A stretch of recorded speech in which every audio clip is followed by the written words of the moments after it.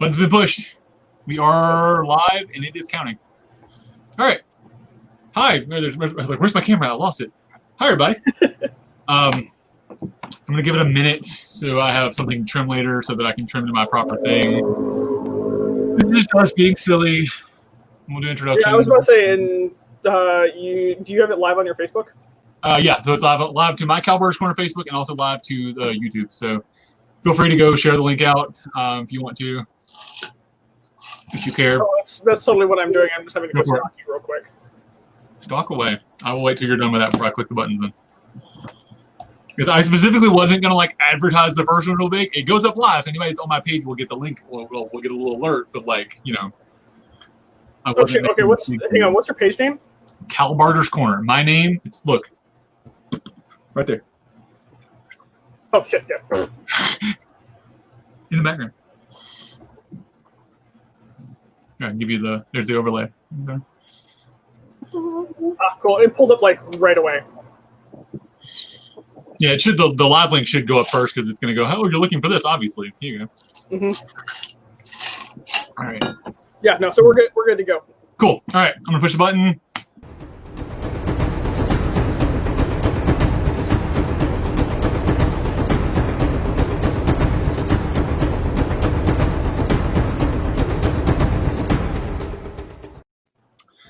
What's up, everybody? It's Kalbardr coming to you live from the Southern Coast of Meridians. And I'm joined by, from all the way out west, Duke Sir Helga Araya Fancy Pants. Oh, yes, that's your official name for the stream, Duke Sir Helga Fancy Pants Araya. Fancy Pants? Yeah. I'd have to be wearing pants. Are you wearing pants? So I have a fun thing I do on that I'm going to be doing on Patreon is what's under Kalbardr's tunic. Because every class I've taught, I have some ridiculous pants on under my tunic. Because they never get seen. So like my Nickelodeon pants are my favorite ones. So it's really funny. Nice. Anyways, way off topic already. It's cool. So those of you, look, we have people live. There's people watching us. All right. How fun is that? So what we're doing today is we've read a book, or rather I'm reading a book, and Helga has read the book already 12 times because she's an overachiever. But we're going to be talking about the book today. I'm going to give a little background about what that is and things like that. But if you're tuning in live, hang out, talk to us. If you have any questions about things we talk about, please throw them up in the chats. Oh, look, my girls are watching. Hi, ladies. We're just going to hang out and talk about the book that we read because reasons. So anyways, so the book we've chosen is called The Anatomy of Peace. Here's the book. 2 different versions, but there you go.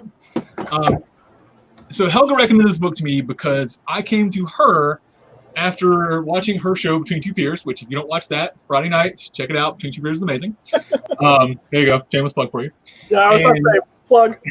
Yeah, plug. There you go. And I was like, so you and I seem to have some things in common of dealing with politics in the SCA, dealing with conflict resolution, and how to get past those things. And she's like, oh my God, you need to read this book. And I was like, okay. So Helga, why don't you tell me what your background is with this book, sort of how you got introduced to it, and why you recommended it initially? So I think the best way to put it is that I'm an angry individual. Right. I'm very, very stubborn, and one of my very good friends. So I've spent a lot of time reading a bunch of books to break habits and then reform behaviors. And one of my friends, actually, Duke Morgan of Aidenvelt, knows that I do this because, like, I'd go down and visit and train, and like we'd be talking stick, and then I'd jam my face into some like neuro reprogramming book or like some existential like woo-woo thing. And he was like, "You need to read this one," and he like goes and pulls it off his shelf and hands me his copy. And then I read it on the plane flight home. And so I have the best way to put it is I grew up really poor. I grew up very, very stubborn, but also I grew up trained and taught to put the threat down first, then assess the situation. Right. And that's actually not a really healthy way of dealing with a lot of things. It's also not a great way to break the poverty cycle. Like the poverty cycle is taught, I could go really, really far into this, but the poverty cycle is taught, so is an aggression cycle. Right. And so I really wanted to break those behaviors in myself so I could not live paycheck to paycheck, which really in the modern day can't really be done. But I wanted to break some behaviors that were very toxic, and so I just kind of dove down this rabbit hole years ago. So yeah, that's how it came into my universe. It's just kind of one on a list. Yeah, and so I think what I would like to see. So I started reading this and was like, after the first chapter, and we're going to discuss part 1 tonight. After the first chapter, I was like, oh my god, like things started hitting me, and we'll kind of discuss some of those pieces individually. But no, I like this book for what it is, and it's definitely showing me some things that I need to look at. And you and I have kind of geeked about that a little bit already. And that's why we started talking about it. I was like, we need to just do this on camera because I think it'll be entertaining to watch. And even if nothing else, I'll be able to watch it back later and get some interesting stuff out of it. Because I think you have a lot of interesting information from your side of the world and also your perspective as both a role peer and as a bestowed peer that can help me from the lowly lord here sort of progress on that same path. Because I'm gonna call you out. Don't ever call yourself a lowly lord around me because I'll kick your ass. I'll let you do that actually. But no, I think it's important so that on my sort of start of the journey and you at the significantly further along in your journey with those same struggles, and it'll be interesting. But then also just the other day you ran into a sort of your same struggle again, and so it shows that even so many years later you're still hitting those same roadblocks, you're still running into the same kind of barriers, which is interesting. Humans revolve around cycles and behavior cycles, and so you can't just address a behavior cycle once. It will continue to show up. It just kind of gives you new and deeper tools to go deal with said behavior cycle. Right. And so occasionally you can actually just erase one. It's like erase, but it takes a lot of work to do that. Right. And so most people have a lot of program cycles by the time they're in their teens, all the way to really early, pre-teens is pretty much you can see a cycle in a person and how it's going to play out. And then it's just reinforcing behaviors along the way. Right. Makes sense. All right. So shall we dive into the book? Let's go. Good. All right. So I think chapter 1 and 2 are sort of we'll discuss together because I think chapter 1 sort of just the setup, right? So those of you who haven't read the book, basically the entire thing is kid and parent conflicts are going on, and they take them to this camp, that they're going to go off in the woods and teach them conflict resolution things. And you think initially, so when I first started reading, I thought it was going to be about the kids.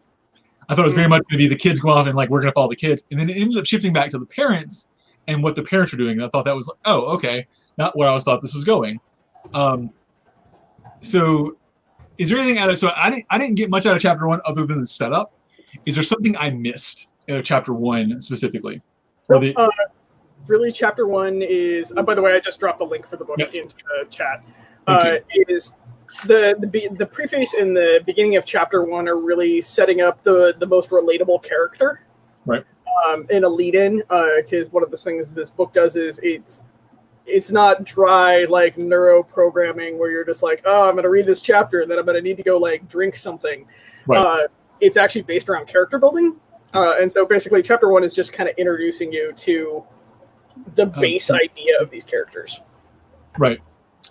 Yeah, that's actually true. I also was expecting very much a textbook when I started reading it, and it's not. It actually is written in a story from a sort of third-person perspective, where you're getting these just sort of generalized characters that are just talking and interacting in a seminar, so to speak. So that was an interesting way to present some of these things. So you're reading a seminar, but also getting the personal interactions. That was kind of cool. Yeah. All right. So looking into chapter 2, and this is the one that hit me the hardest out of this first part. I'm I'm going to have to look and make sure that I've got each chapter 2, the big point for me was the influence pyramid. Oh, yeah. Yes. Right. Okay. So let's start with the influence pyramid. All right. So the influence pyramid, for those who aren't familiar with the term, imagine a pyramid, imagine the food pyramid, right? Except remove everything except just the top triangle and then the rest. Mm-hmm. So the idea behind that is the top triangle is, and I'm going to read it so that I don't muck up the exact wording. Hold on. We both brought our books so we could reference things. All right. So the top triangle of it is dealing with things that are going wrong. The rest of it is helping things that go right. Mm-hmm. So for me personally, so I'll speak on problems that I've had in my local group or with my local, even just my local friend circle. I'm very much a fixer. And that's something you and I bonded on. Like, when I walk into a situation, I see it, I see the potential for it, and I want to make it better. The problem is, I was often met with conflict for that because, and the phrase is often given to me, I walk in and tell people their baby's ugly, and people don't like that, apparently. I remember this conversation with you. Right. So I'm like, and like I recognize that as a person. Nobody wants to be told their baby's ugly, but like I'm doing it from I genuinely want to help improve a system that I see lacking potential, right? So when I saw that influence pyramid, I was like, oh, I need to do more of helping them do what they're doing, and then a little bit of trying to fix it, and not the other way around, which is what I was doing. I was basically trying to throw the entire system out and start over, which is not the best approach, apparently. Go figure. Don't throw the baby out with the bathwater. But then there's that too, yeah. Yeah. And actually, I'll challenge this a little bit. And this is my take on it. Is so dealing with things that have gone wrong is like part of the thing is it's the top of the pyramid for a reason. It's actually the easiest to see. Right. And so when you're looking at things from a distance, you're like, oh, fuck, that's what's going wrong. Which is the reason why it's the top of the pyramid, because that's the easiest spot from a distance. Right. And a lot of times we deal with problems that way, where like from a distance, we're like, well, this is going wrong. Why don't you just deal with it? Right. And we don't see a lot of the base foundation or what has gone right into it. Right. And so what I would say is it'll come up later as we go through later chapters. Okay. Is part of the thing that like the reason why I sent this book to you is that you were looking at it like objects, not people. Right. And so that's what the base of this pyramid is actually really functioning on is people relate to what they're doing right before and they get defensive about what they're doing wrong. Right. And so if you make them people again, you can then relate and build a new foundation. So. Yeah, no, and that follows completely. And you're right. It is very much a finding that. And it's so when I first thought of that concept before reading this book, people have told me that, and I'm like, that to me always felt patronizing.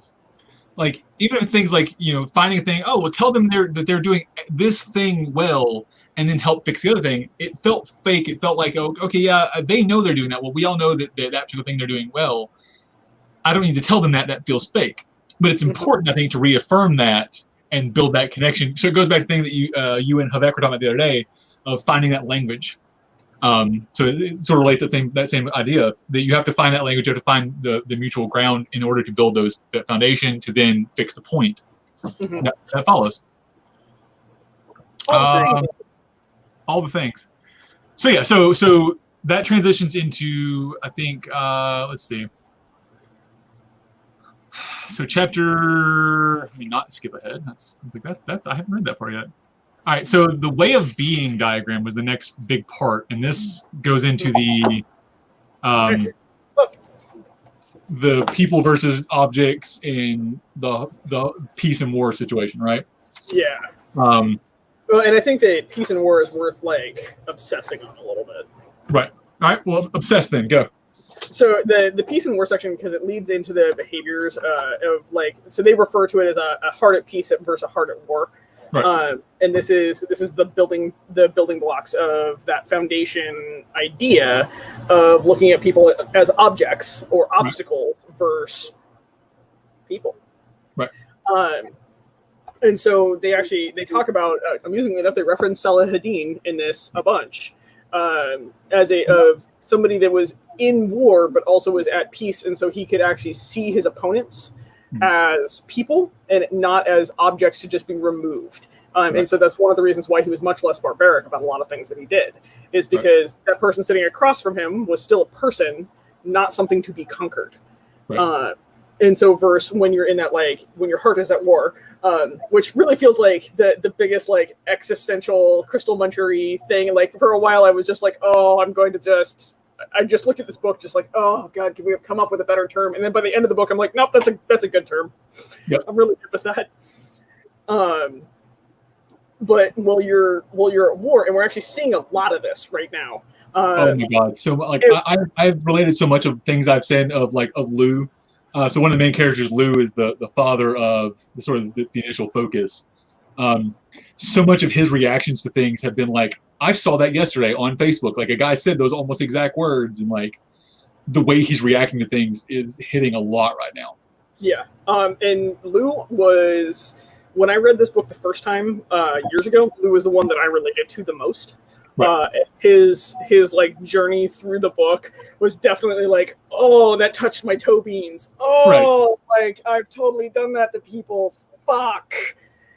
And so, because I was definitely it very much so in the war mindset of a lot of people in my universe were obstacles or things that needed to be dealt with, even if it was good, even if it was like, oh my god, like I'm really enjoying this. They were still an object that had to be like handled and managed, and like you go through these stages and steps, and then that person is happy, and now I roll on to the next thing.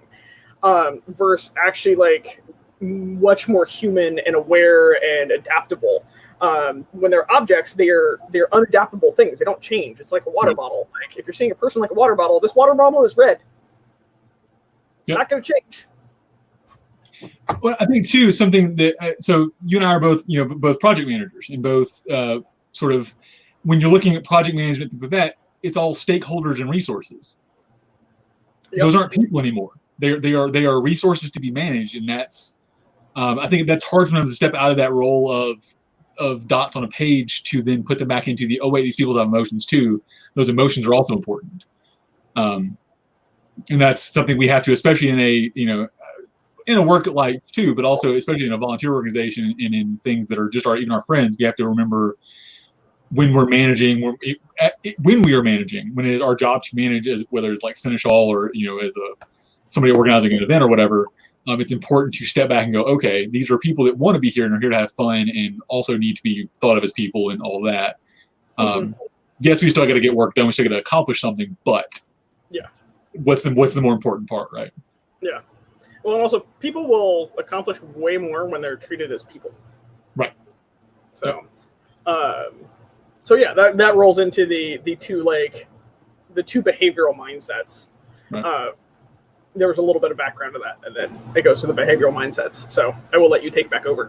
No, you're good. No, I like this. This is literally just us. So I thought it was really interesting the other night on Between Two Peers. You mentioned Saladin, and like you kind of talked some about the background of him, and it's really interesting reading some of that story. It's literally because I was rereading this book, and then I went and geeked on Saladin for. Oh, I know. Like I'm sitting watching, going. Like I'm geeking on the other side of the camera with you. It was like you asked Keith later how much I like nerded out the other night when I was watching y'all. But reading that story, so we hear so much about, and to go into some political things, we hear so much about the conflict in the Middle East and just war in general, and how barbaric it is, and how the Crusades and blah blah blah, all this stuff is just trash. And to read so Saladin goes into the city and like, yeah, I'm gonna win. My job is to win. I'm here to take this city. But if you walk in and burn it all to the ground, what are you getting out of it at the end of the day, right? It's much easier to, I won't say convert the city, but it's much easier to walk in and say, look, I'm going to be a nice guy about this. We're going to fight. There will be clashing of swords, but I'm not going to be a dick to your women. I'm not going to be a dick to your children. I'm not going to, throw crap in your water supply. Like I'm not going to burn the city down trying to win, because then at the end of the day, I've got a burnt city. What do I accomplish here, right? And so it's a really interesting concept, and it's very similar to, so we tone that back. I'll note his history, by the way. So it doesn't really go into it in the book, but I'm going to totally interrupt this for a moment because this is a geek out moment. He was very much so into we'll destroy PowerPoints. Right. So he didn't believe in he very rarely did a huge amount of civilian casualties. Right. But like power-based points, he was like, oh, that can burn right to the ground. Like. That's perfectly fine, because if you control the PowerPoint, then you don't have to punish the rest of the population. Right. So yeah, you take out the head, the body goes with it, kind of thing. You find your spot, and that makes sense. So okay, controlled burn versus wildfire. Then. Yeah. Sure. Okay. I can jive with that. But if we take that same mentality and go back to like if we're looking, I always try to relate back to my personal life. How do I apply that mentality? So looking at, going into a problem situation with a group, don't burn the whole thing down. You can't just start over. You can't burn it down. It's there. It exists. There are people. There are always going to be casualties. You want to minimize that. You want to bring that back. And I think that's a really neat concept to look at. when you're trying to figure out how to approach a problem. Yeah. Even whether it's just one person or whether it's a group of people, even just one person, that one person, yes, may have a problem, but it's the problem that's this big. It's not a problem that's this big. You find the problem and remove it. You don't have to remove the entire person. Yeah, I'm not saying there's not times where we need to remove the entire person. Don't get me wrong. I like how both of us are like, everything that's going on in the SCA right now, we're like, oh no, some heads need to roll. But like, yeah. Those, but they're the piece of the larger system. Like, nuke the top of the pyramid. Let's get all the other base of the pyramid too.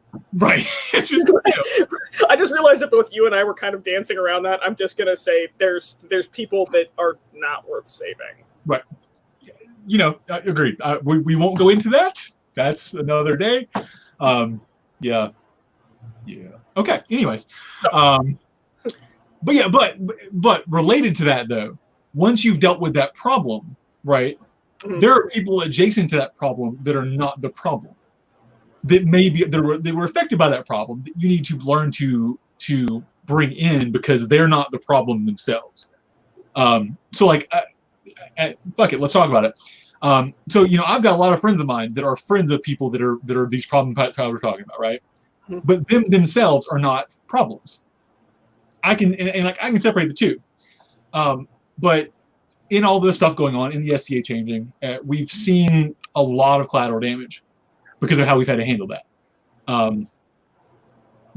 So I don't know if we want to go into that topic, but like that's a thing we need to look at how we're handling that because I think it's important to deal with the problems, but not shotgun blast it as much as maybe we have or have seen.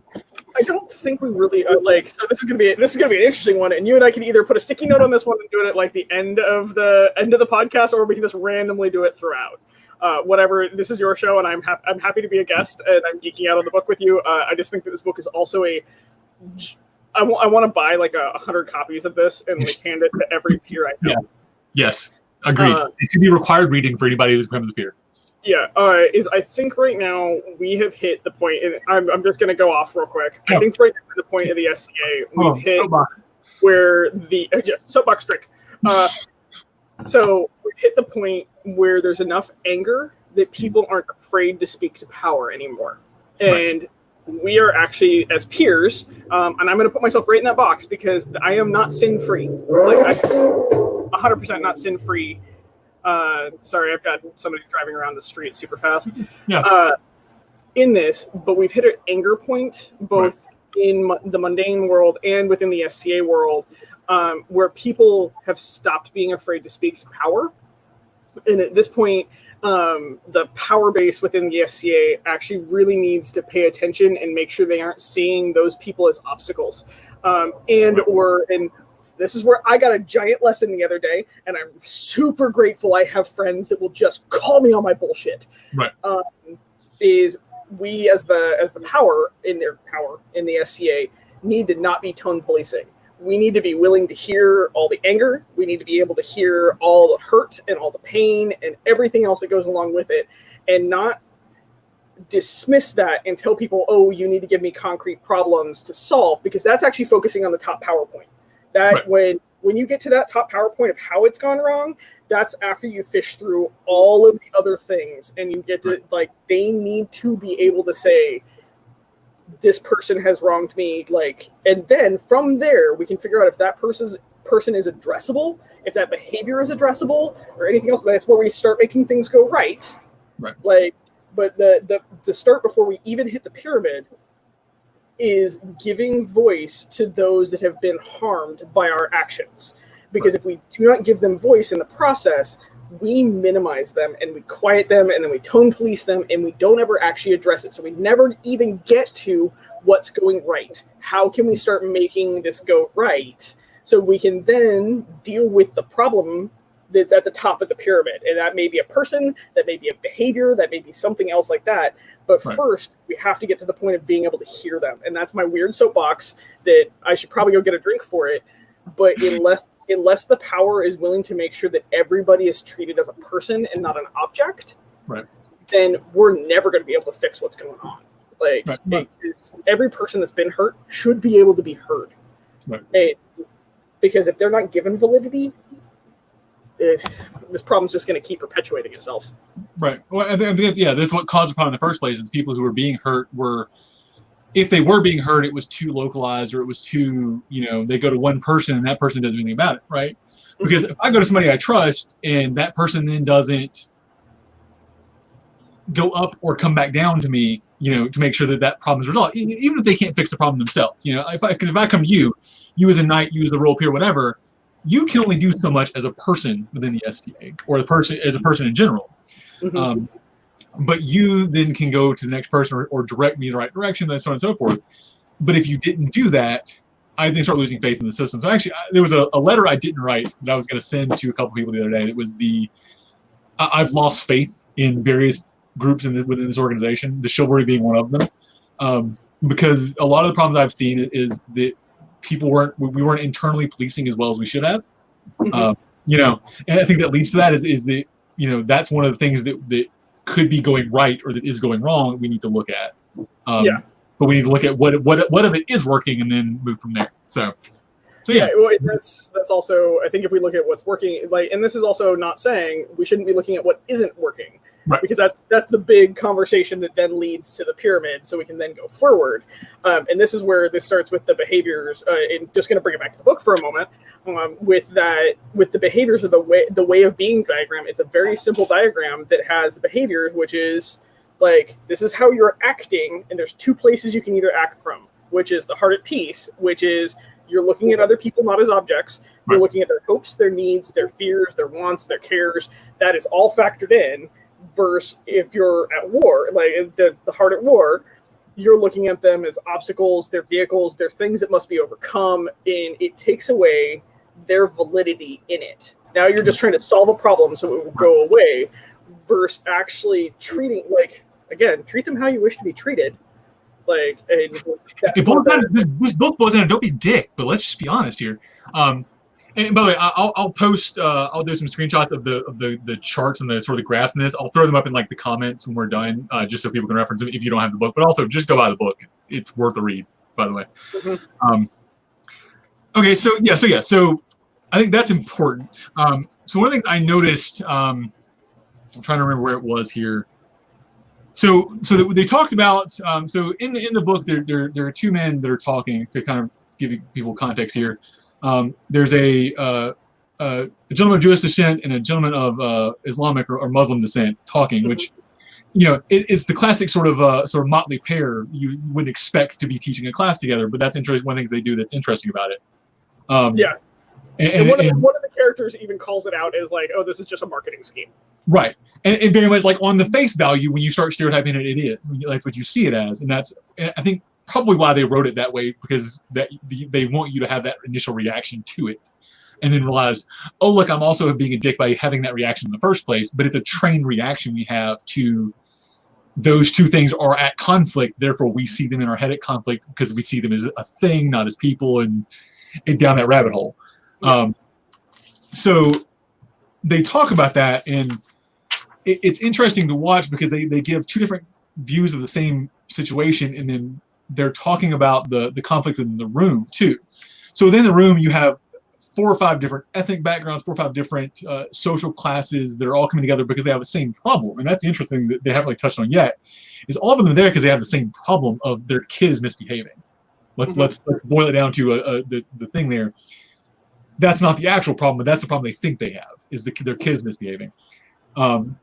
And they're talking about it and trying to figure that out, and then they start relating to each other and start having a fight about, oh, well, you're just being racist, you're just being a bigot or whatever.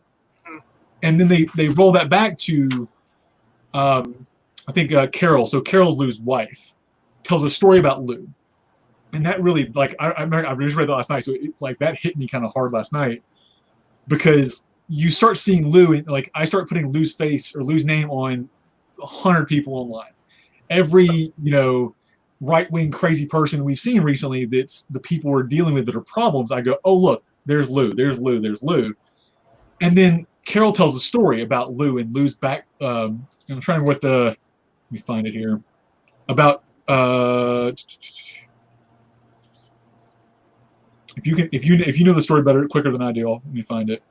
Which one are you looking? Are you looking for her backstory of like? Yeah, the story Carol tells about Lou, about what makes him, when he helped her. So one of the characters is she was bulimic and hid it from her husband, and her husband, by the way, is set up. So Lou is set up as he is an ex-Vietnam vet. He is a failing CEO. He is very much so. They bridge on it pretty early in the book that he is acting out of fear about how people perceive him, and pretty much this book is his journey into figuring out that that's really fucking true. But he's set up as like he is becoming a bigger and bigger asshole as these first couple chapters go, until they actually revealed that his wife hid that she was bulimic for a very long time and hid it from him, and that when she came out as that, because her doctor was basically, you're killing yourself, that he 180'd in how he was dealing with her. So he went from being like a super stern husband to like, these are our roles and we live in these little boxes and this is how we do this, to being very tender and very soft and very accepting of like what needed to happen and how she was going through this. And so they use that as an example between how he goes through the universe as everything is an object, including his wife, right, to all of a sudden he was very at peace, like, and very open to what was going on and how she needed to deal with things and like how could he adapt so she could then survive. And so they use this as kind of they humanize him, right, in the books of saying like not all people, like you have a certain view of people and they start acting out of fear and they act out of it more and more because that's a reinforced behavior and it's a very easy behavior. Like acting out of fear is way easier than acting out of a centered place. And so that's where they start reversing it on him. And she tells this to the entire group of adults that are there. And so, so reading that story not only hits, me as the reader as so he's really a person, because you start, even as you're reading, you start seeing Lou as an object because he is your enemy. He's the adversary that we've all been dealing with. Mm-hmm. And you're like, oh crap, he also has real life problems that I have to deal with. Like I've seen those real life problems with, I'm dealing with my wife with medical issues. So like I've been there too. So like, different medical issues, different problems, but like I've also had to 180 my life of I'm headlong in a problem that I have to backtrack and be soft and be supportive and all that. Like, oh, okay, crap. Now am I Lou? Like, have I done that? Mm-hmm. But then also watching the reaction of the people in the room, I say watching, like reading the reaction of the people in the room, they all change how they see him because they then relate to him as a person again. Mm-hmm. And it that takes was right after he got called a racist too. Right, yeah, exactly. Yeah, they're literally almost like at fists they're practically hugging within one story. And I think that's all it takes is relating, So that hit me hard. Like the influence pyramid thing, like from like hit me deep from a thing I need to look at in my life. But as I'm reading, like I didn't expect to read that. Like I mean, you're expecting like, okay, there's something's gonna happen, things are gonna change, like there's some sort of conflict's gonna occur. But watching that 180 within the group and watching them react to that was like, oh, ooh, okay. Because we don't see enough of that right now. We've seen a whole lot of fights recently, that are just goated and just always are fights. And it's harder, I think it's one of the things right now because we're not seeing each other face to face as much. We're not able to relate because even though, you and I are talking now, we have never, like, literally the first time you and I have talked in person other than via Facebook chat. We're still faces on a screen to each other. Like we're only barely people to each other. Mm-hmm. And so far we like each other. Like, but I can see so far, you are still short and I'm still tall, but there's that. I was picking on her before the stream because she's a midget in most states. So there's that. Yeah, I am really short.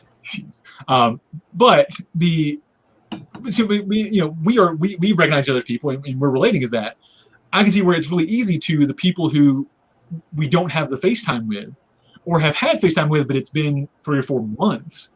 It's really easy to start seeing them just as words on the screen and just as the name in a profile picture, especially if their profile picture is something slightly less than, happy. It's very easy to put them in that object box.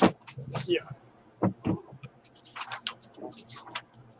You know, one thing I never thought I would be in, a book club. Yay!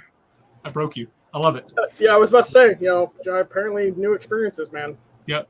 I think, okay, it's just important. It's just important for me as a person to, and why I want to do this publicly versus just you and I chatting was, one, it's things that I need to hear, things that you and I think you and I can both relate to, and we can get some experience from each other. But also, these are things that we're all dealing with right now. That I think we talk about them more and be more emotional as people and be more openly emotional. Like I think I was talking to my girls about this last night. As a male in today's society, I'm not allowed to be emotional, and that's a problem for me. Like that's always been an issue, and I think that's improving overall. But I think doing things like this, where we get to be raw and open, and like, hey, look, we fucked up. I fucked up. I've handled problems wrong. If we can admit that publicly and be a little more open about that, I think it helps us grow and other people grow as people, as individuals, as peers, as whatever. And if a book club has to do that, okay, cool. Whatever. All right, so I think the last topic for this section is the collusion diagram. So that's the next big thing. All right, so the collusion diagram has 4 parts. They set up in the book of Avi and his wife. Avi's one of the 2, the hosts of the little workshop. Avi and his wife were having a conflict about Avi mowing the grass. And Avi came home from work late one day and was like, "Oh, I got to run to a tennis game with a buddy of mine or whatever." And his wife's like, "Hey, you're supposed to cut the grass." And so he's like, "Oh, cool, I'll do that real quick." So he runs and cuts the grass real fast, gets it done, and goes to leave. And she's like, "Oh, you're supposed to also edge." And they get into a conflict about this because he thinks it's silly and a small thing and not really necessary, but it's clearly a major deal to her. And so they have this back and forth about it. He ends up doing it out of spite later that evening. So he goes off to the tennis game, comes back, and wasn't going to do it. She, of course, reminds him of that. And then he says, well, okay, fuck it, I'll do it. And if I hurt myself, and trying to weed eat in the dark or whatever, it's just your fault, right? So every time he's doing it, he's hurting himself, he's hitting the fence, whatever, and he's just getting madder and madder and madder at his wife. And it just sort of led to that, going back to seeing her as an object, as the adversary again. And to bring in one of Helga's words here, he definitely threw the spike sprinkles on that. I think, just in the negative fashion, a little more than maybe you do. But so the collusion diagram looks at that in a cycle system, right? So you have what he saw. So he saw that she was an object demanding. She was unreasonable. She was nagging him. And these are words that the group sort of pitches out of what they saw in the story.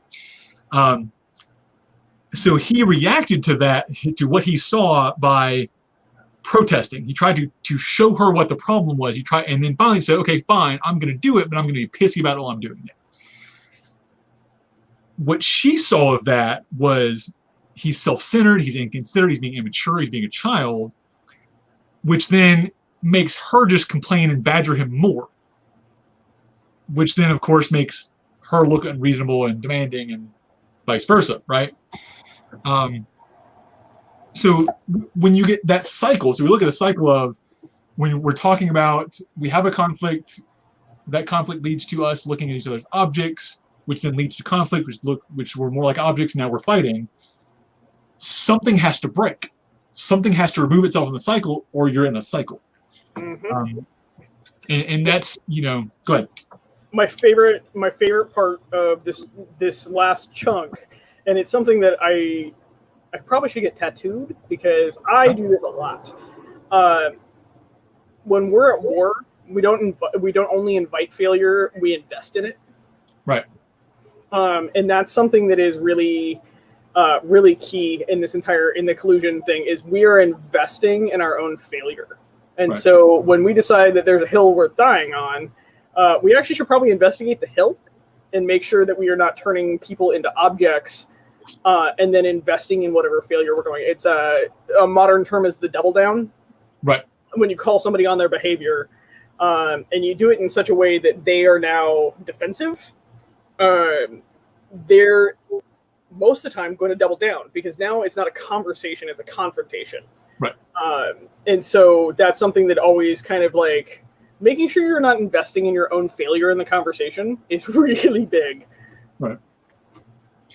Yeah. So it was interesting. So when I first looked at that diagram, because it shows you the diagram in the book. It showed, here's the blank version, and then it sort of fills it in as it goes. We called it the collusion diagram, and I was like, that's an odd phrase for that when it starts kind of pitching the idea. But the idea is that a fight is not ever one-sided. Both people have to invest in the fight or in the argument, in the confrontation for it to be a confrontation.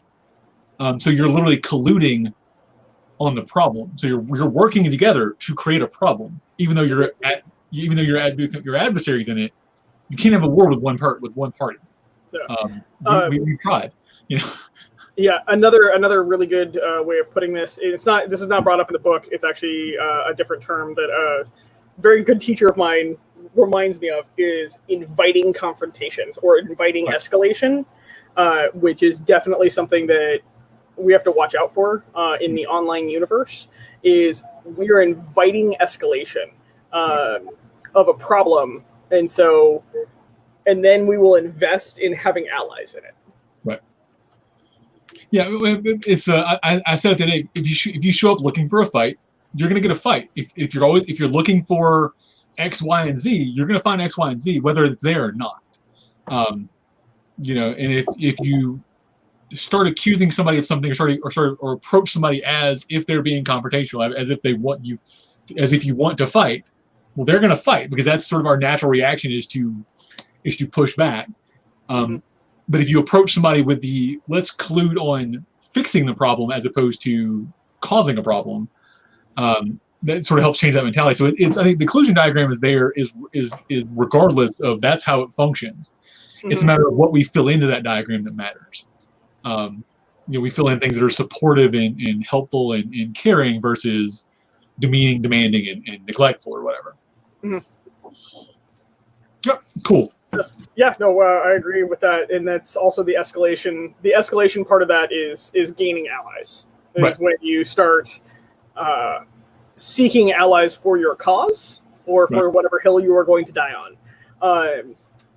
And so that's something that you have to watch out for. In that is when you dehumanize or turn somebody into an object, and then you are seeking allies in the same process. Right. And this is also to go back to a context that is very, very relevant right now, or at least, maybe this will help somebody or anything else like that, is I am terrible about that. I will preload allies. If I'm spoiling for a fight, I will preload allies, and I'm pretty damn good at that. And so that's actually a stop point for me, is because before I go into trying to get in a fight, if I'm preloading my friends that I'm gonna go get in this fight, I'm like, oh hey, maybe I need to take a step back and evaluate what I'm trying to do here. Right. And there are again in everything there is, and this is, I'm trying to find the right words for it. Just start making words up. It's fine. When you are becoming somebody's ally in something, and this is the dangerous point. This is actually the gray area dangerous point that I think we are dealing with. When you are becoming an ally, you are not completely informed. Right. At least in this point, using this word in just this conversation, not the current use of ally. So if you are becoming I wish that I had a better word for it right now. It's an ally in the confrontation, not an ally in a greater sense. Yeah. Honestly, even still, it's the same thing. If you look at, so to relate to people of color and the LGBT allies, right? It's the same idea. As allies, we have to go into that and understand what the conflict is or what the collusion is at that point, because regardless, it's still that. Yeah. It's just a much larger scale than we're discussing in this case. Yeah, and sadly, in all of those things, we have completely missed the pyramid. To be on the pyramid of fixing this thing, the overall current political stuff, to have anything going right, that was a long time ago. It is now accelerated past most. There's individual conflict resolution that is going to go on, but there is as a group, it is now the problem needs to be dealt with. Right.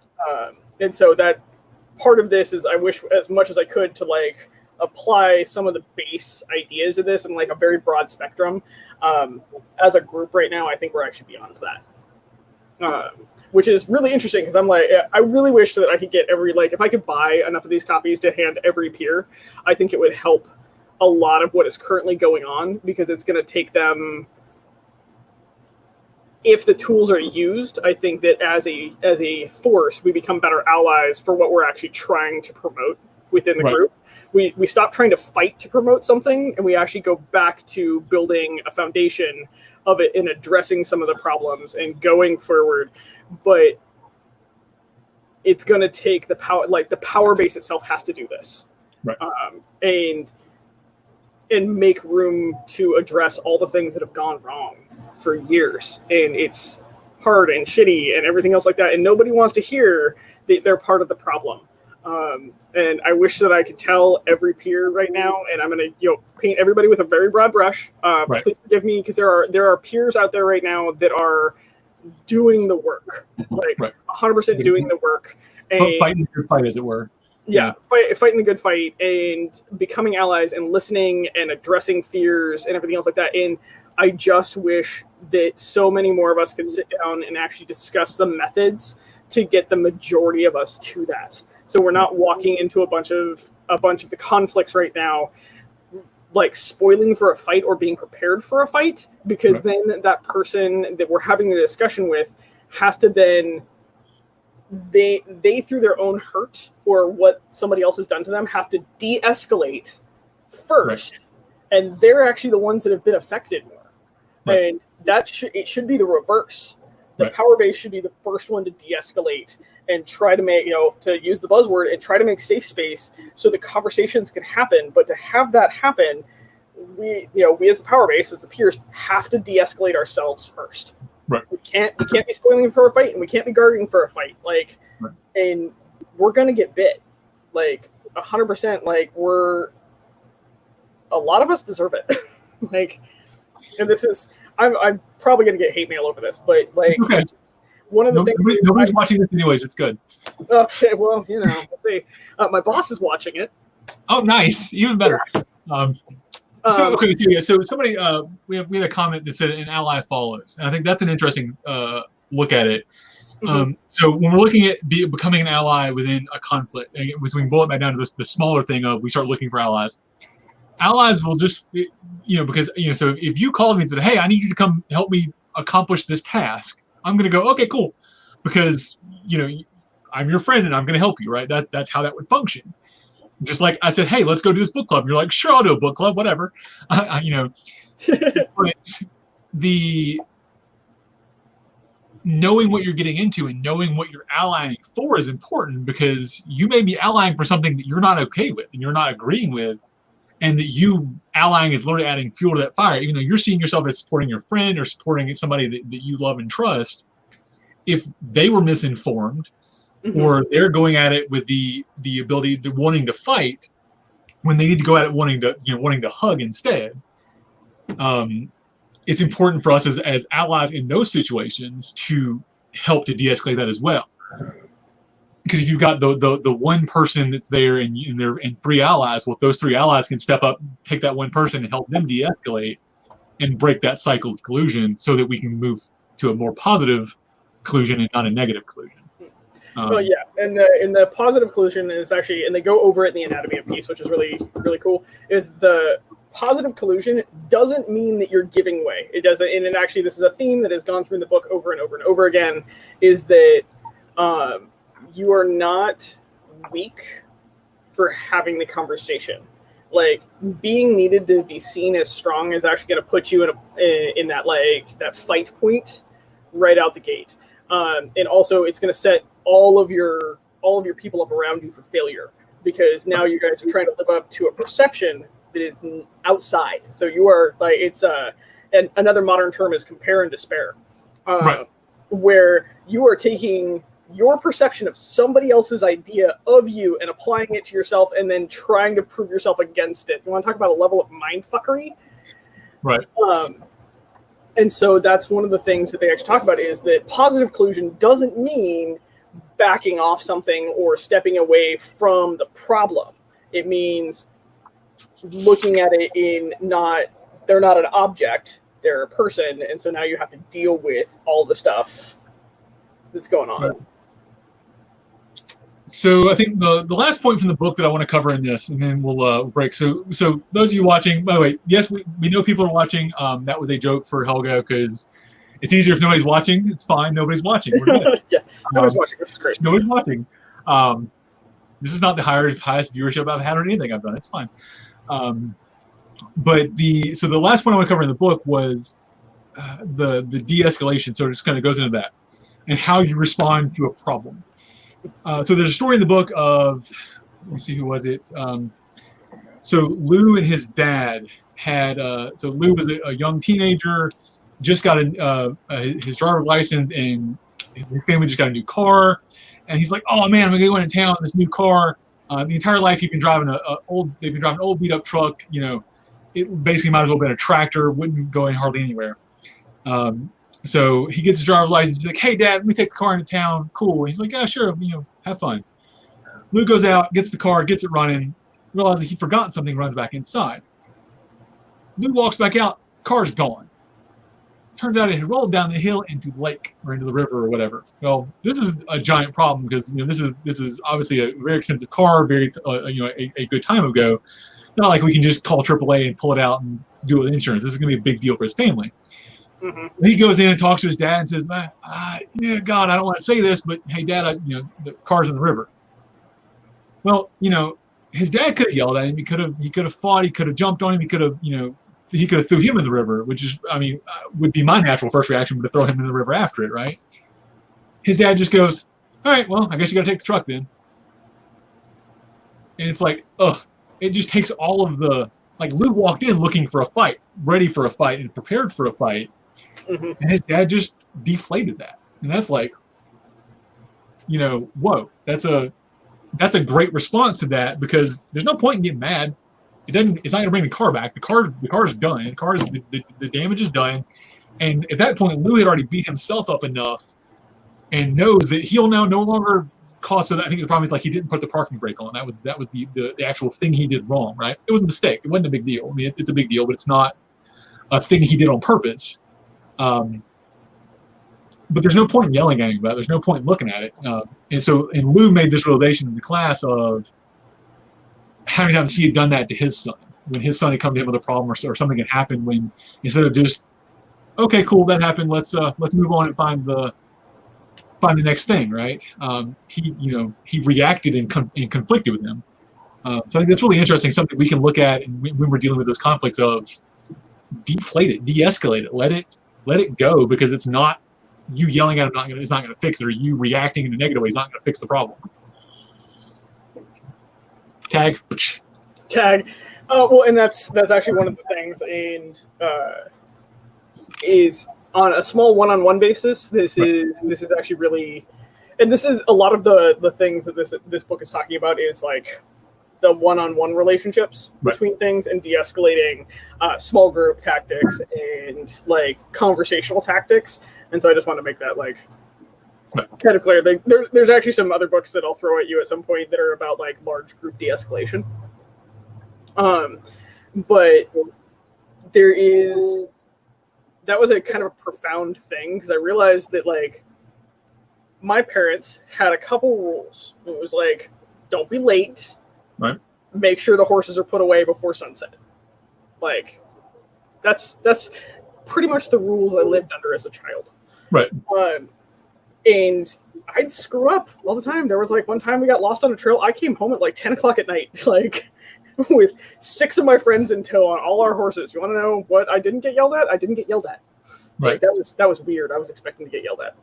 And I think that understanding those times when somebody else is starting to come to you and they're in a place of fear, not responding out of anger and not responding out of that, like, oh, they're spoiling for a fight and now like, there's these other things, is understanding the difference between when somebody is coming at you with anger versus coming at you with fear is going to be key.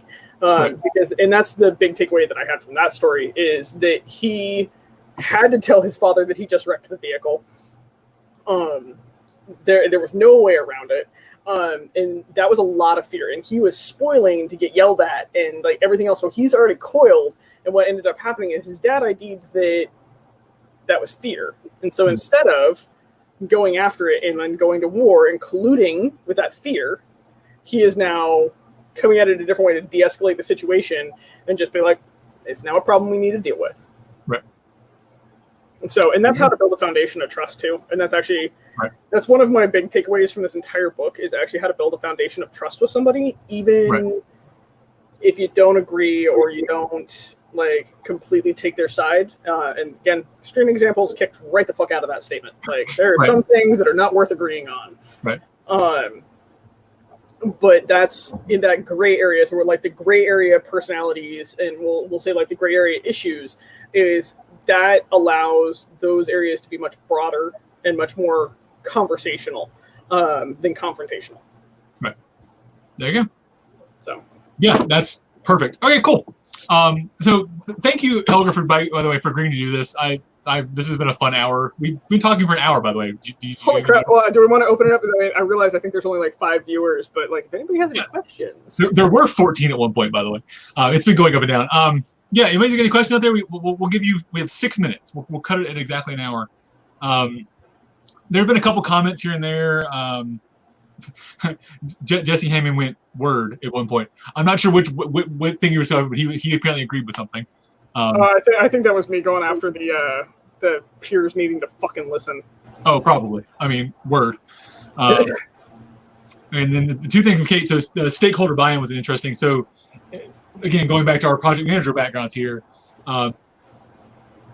you have to, when you're looking at it from a project manager standpoint, you have to get your stakeholders to buy into your message, and you have to sell your message.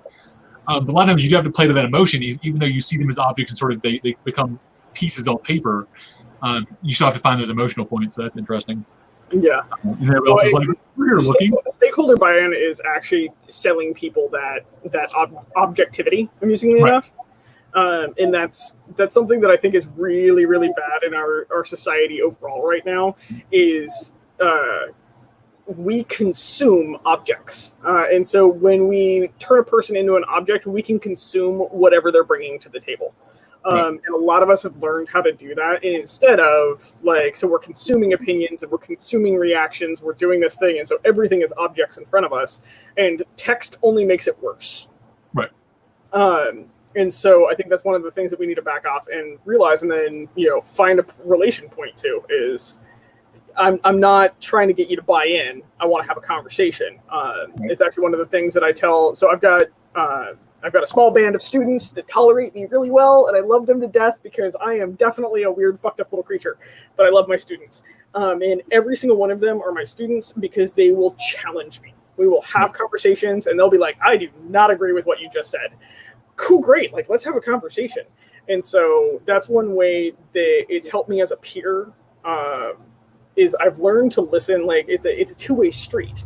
And anybody, I wish I could just run around with a neon sign and be like, please, if you have an issue with me, come challenge me. Let's have this conversation. I will sit down and give you my time. Also, my phone is going off. Sorry. I'll give you this time, and it's not going to be a confrontation. Let's have a conversation. And they're my students because they will do that with me. Right. Yeah, that's important. I think as so and again, so when I pitched the show to you, I was like, we're going to throw titles out the window, throw everything. We are two people sitting down talking, because I think it's important to remember that we're all people and we all got to talk. Regardless of what pointy hat you're wearing and what belt you're wearing, whatever, we're all people at the end of the day. And my favorite phrase is we all put our pants on one leg at a time, or skirts or whatever weird thing we're wearing today. Excuse me, I figured out a little contraption that I can jump in both legs at a time. Half the time it's a fail rate though, so you have to show me this. This is the thing I want to see. You can only really do it with loose pants, otherwise you get your ankles tied up and you just short yourself and just. Regardless, it's a fun image in my head now. There you go. All right. Not a question, but thank you. This is really interesting. Also, Richard, why are all your friends so cool and beautiful? Apparently, I'm going to blush on camera. There you go. People think because I have the best friends. It's really what it is. And I wouldn't say that I was cool. I'd just say that I was a really fucked up teenager. Amusingly enough, one reason why I'm willing to have these conversations is I have not been a good person at points in my life. I have not been a good, like, I've only been a peer a couple of years, and I have not been a good peer at points in my life. I have not been, it's all a road. And one of the things that I would love to facilitate is more conversations on how we can all be better. Because I don't need to be right, but I need to not be a shitheel. Like, I'd really like to be on the better side of not being a shitty person, because I have been a shitty person and I have done some horrible things. And I'd really like to never be there again. So there you go. I think that's the goal. It's all about, knowing where you were yesterday and moving forward. And I think that's important. So, cool. All right. Well, Master Shimon says hi. I love that man. Yeah, no, Shimon's great. I love everybody in Southdowns, so shout out Southdowns in general. They're amazing people. They took me in, and took care of me when I needed it. So they're amazing people. There you go. Being a decent human is an always evolving thing. Oh yeah, I like that as a closing thought there. So, all right, cool. So for those of you watching, if you enjoyed this, cool. We appreciate. Like I said, this was originally intended for me to just get some feedback on the book. But if others are enjoying it, awesome. We will keep doing this as long as Helga keeps putting up with me. I'm happy to help. I'm just going to allow me to have her time 3 times. Hey, you keep reading it, I'll keep catching up. It's fine. So we're just going to throw the next one up whenever I get done with the next section and whenever we find time together. So just watch out. I'll get it on the channel whenever we can. So any last profound statement from you? I think we've been profound. Got it. Okay. No, I was trying to think. Like, my brain just went like I short-circuited for a second. So I'm sorry. The last profound statement is: check yourself when you're looking for allies. Okay. A lot of the fights that we're currently having are actually worth having, and that's actually what I'm going to add. Like, soapbox. I'll get my drink after this. A lot of the conversations that are happening are actually super overdue. Right. So remember. Don't turn somebody into an object to be conquered. Listen to their fear, listen to their pain, listen to their hurts. You may not agree with them. You don't actually have to agree with them. There's a reason why people need to adjust a couple things. But moving forward and being better allies are going to be able to, and this is from so mixed up right now. So throw it all together. It's fine. Yeah. Yeah. To be a better ally for the people that are fighting a lot of these fights, learning how to see them not as objects and their struggles not as objects or like things to overcome or anything else like that is going to allow you to hear the hurt and the pain and assess how you were involved in it. And this is the really weird thing is to be an ally, you need to also understand how you have fucked up. Right. And it's one of the reasons why I'm so messed up with my words right now. I'm doing a lot of soul searching right now because I've been a part of the problem on both the fights right now.